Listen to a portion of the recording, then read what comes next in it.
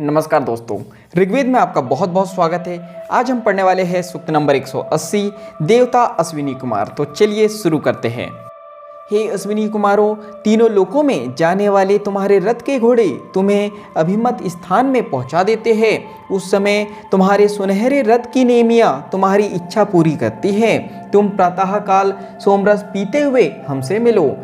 हे सबके द्वारा स्तुत्य एवं मधुपान करता अश्विनी कुमारों, तुम्हारी बहन उषा जिस समय तुम्हारे आने के लिए प्रभात करती है एवं यजमान अन्न और बल पाने के लिए तुम्हारी स्तुति करता है, उस समय तुम दोनों का नित्यगामी विविध गतियों वाला मनुष्यों का हितकारक एवं विशेष रूप से पूज्य रथ पहले ही चल देता है। हे अश्विनी कुमारों, तुमने गायों को दुधारू बनाया है। तुम गायों के थनों में पहले से पके हुए दूध को स्थापित करते हो। हे सत्यरूप, चोर वन के वृक्षों में जिस सावधानी से छिपा रहता है, उसी सावधानी से शुद्ध एवं हवयुक्त यजमान तुम्हारी स्तुति करता है। हे अश्विनी कुमारों, तुमने सुख के इच्छुक अत्रि मुनि के लिए गर्म दूध और घी की नदियां बहा दी थी। हे नेताओं, हम इसलिए तुम्हारे लिए अग्नि में यज्ञ करते हैं। रथ का पहिया जिस प्रकार ढालू मार्ग पर अपने आप चलता है, उसी प्रकार सोमरस तुम्हें स्वतः प्राप्त होता है। हे शत्रुनाशक अश्विनी कुमारों, तुग्र राजा के पुत्र भुज्जु ने जिस प्रकार तुम्हें बुलाया था, उसी प्रकार मैं अपनी स्तुतियों द्वारा तुम्हें अपने यज्ञ में बुला लूंगा।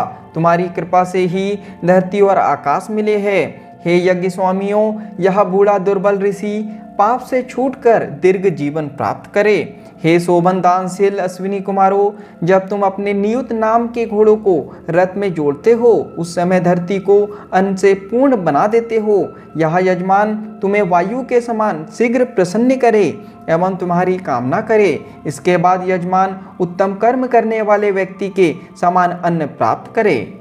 इसके बाद यजमान उत्तम कर्म करने वाले व्यक्ति के समान अन्न प्राप्त करता है। हम भी तुम्हारे स्तोता एवं सत्य बोलने वाले हैं। हम तुम्हारी स्तुति कर रहे हैं। तुम यज्ञ न करने वाले परम धनी का त्याग करो। हे प्रसन्नीय एवं कामवर्षी अश्विनी कुमारों, तुम देवों के समीप सोमरस पियो। हे अश्विनी कुमारों, जिस प्रकार शंख शब्द करता है, उसी प्रकार यज्ञ करता मनुष्य में उत्तम अगस्त्य ऋषि हजारों स्तुतियों द्वारा प्रतिदिन तुम्हें जगाते हैं। वे ग्रीष्म का दुख दूर करने वाला वर्षा का जल चाहते हैं।